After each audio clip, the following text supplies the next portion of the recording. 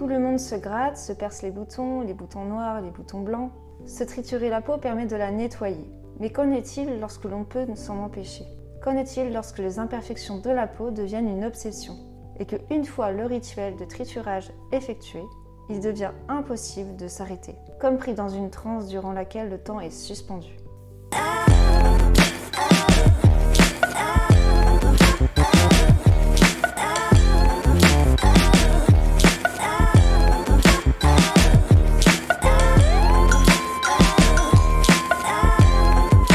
Bonjour, c'est Camille Lelièvre et moi j'ai souffert de l'anorexie mais aussi de la dermatillomanie. C'est un symptôme bien peu connu et les personnes qui souffrent de dermatillomanie se triturent la peau de façon répétée, induisant des plaies. Les personnes qui souffrent de dermatillomanie peuvent se sentir anxieux ou nerveux juste avant de le faire et l'acte de se triturer la peau peut soulager ce sentiment. J'ai moi-même souffert de dermatillomanie, surtout que lorsque j'étais à l'hôpital, je me grattais les jambes, on était obligé de me mettre des bandes autour des jambes pour pas que je me gratte, on m'empêchait. Et moi ça me permettait comme si je me sentais, je voulais me purifier de quelque chose, me décrasser de quelque chose, et ça pouvait durer pendant des heures, me faire du mal, et ça me créait des lésions cutanées, importantes et parfois irréversibles, qui influaient sur ma vie sociale.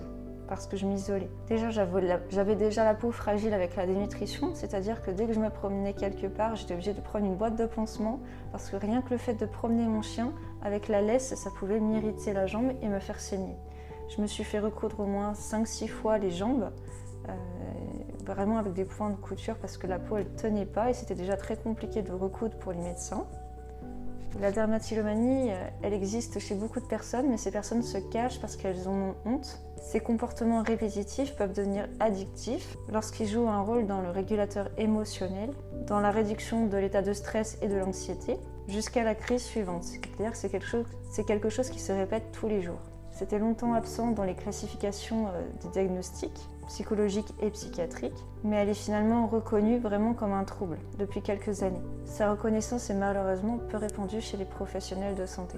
La relation entre la dermatillomanie et l'anorexie, que déjà moi, c'est comme si que mon corps il rejetait des choses, j'ai aussi la maladie de Crohn, donc c'était vraiment comme un encrassement et qu'il fallait que je me purifie.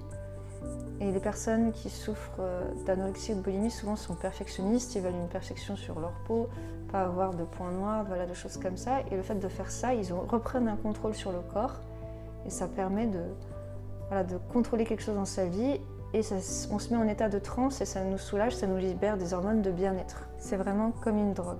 Les causes sont peu connues forcément parce que c'est multifactoriel, c'est comme les troubles du comportement alimentaire. Il y a les facteurs génétiques, épigénétiques, facteurs environnementaux, les chocs émotionnels, les traumatismes et justement le fait de vouloir reprendre le contrôle. Ce qui m'a aidé à m'en sortir par rapport à ce symptôme, c'est quand j'ai guéri de l'anorexie, le fait de me désidentifier du mal que l'on m'a fait, parce que quand je me faisais du mal, c'était la partie de moi qui a été blessée. Quand j'ai appris à vraiment m'aimer pour qui j'étais et avoir de la gratitude d'avoir un corps et de la gratitude pour qui je me suis désidentifiée de ce mal et de cette maladie. Et là, vraiment, j'ai pu me reconstruire.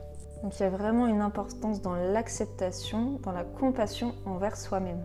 Et j'encourage tous ceux qui souffrent d'anorexie, de boulimie, de dermatillomanie ou d'autres symptômes de ce type à me contacter directement parce qu'il ne faut pas rester seul, c'est une maladie honteuse. Et il faut pouvoir en parler avec quelqu'un qui a vécu pour que je puisse vous expliquer comment en sortir plus rapidement et vous sentir soutenu.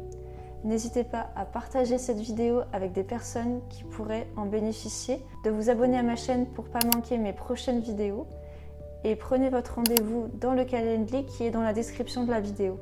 Merci et bonne journée.